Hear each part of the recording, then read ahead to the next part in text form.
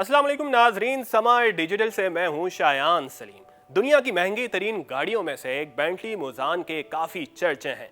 गाड़ी बरामदी केस में मजीद इंकशाफात सामने आ गए। क्या गाड़ी वाकई में बरतानवी खुफिया एजेंसी के कहने पर कस्टम ने पकड़ी या कहानी कुछ और है? कानूनी तकाजे पूरे ना होने के बावजूद Sindh excise and taxation department ने गाड़ी को रजिस्टर्ड कैसे कर दिया?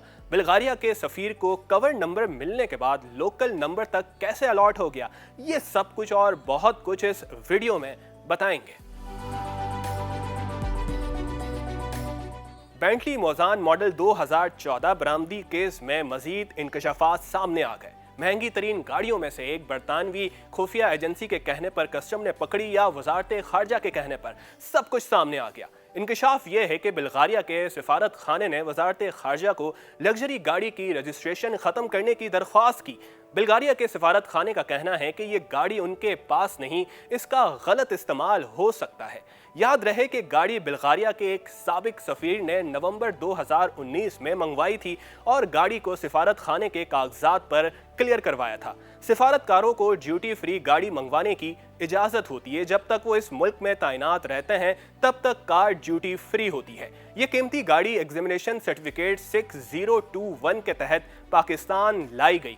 ये भी बता दें कि किसी भी मुल्क का सफ़ीर हो, जो गाड़ी वो मंगवाएगा उसे एक कवर नंबर मिलता है और इस गाड़ी को भी CD0913 नंबर अलॉट हुआ था और सफ़ीर के अलावा कोई और ये गाड़ी नहीं चला सकता। जी हाँ, कोई प्राइवेट पर्सन डिप्लोमेट की गाड़ी नहीं ले सकता। लेकिन ये गाड़ी आगे फरोख्त हुई। अब वजारत खारजा के खत पर आते हैं। वजारत खारजा ने कस्टम को एक खत लिखा है जिसकी कॉपी समा ने हासिल कर ली है। इस खत में वजारत खारजा ने कस्टम को गाड़ी बरामद करने के लिए कार्रवाई करने को कहा। वजारत खारजा ने कहा कि बुल्गारिया के मौजूदा सफ़ीर ने गाड़ी की मिल्कियत से ला ताल्लुकी जाहिर की और कहा कि गाड़ी उनके पास नहीं, इसे डी रजिस्टर्ड किया जाए, यानी रजिस्ट्रेशन खत्म की जाए।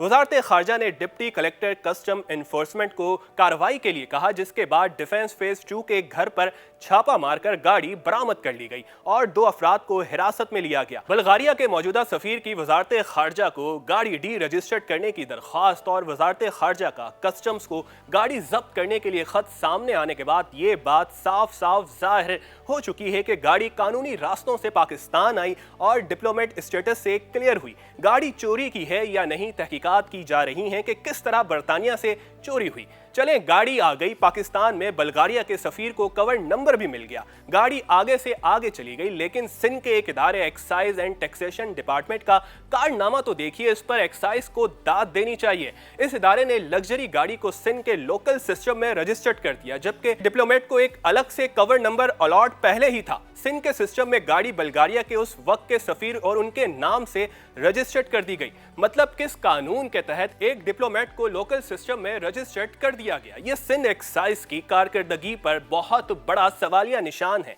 याद रहे, कस्टम ने FIR में सहूलतकारों में एक्साइज को भी रखा है। एक्साइज ने गैर कानूनी तरीके से लग्जरी गाड़ी को BRS 279 नंबर तक जारी कर दिया। एक्साइज के अफसरान की मिली भगत से ये गैर कानूनी तरीके से गाड़ी की रजिस्ट्रेशन मुमकिन हुई। इस वक्त गाड़ी कस्टम के पास है और जिस जमील शफी नामी शहरी के घर से गाड़ी बरामद हुई वो गाड़ी दस्तावेजात देने में नाकाम रहा। कस्टम ने जमील शफी और नवीद बलवानी को हिरासत में लिया हुआ है।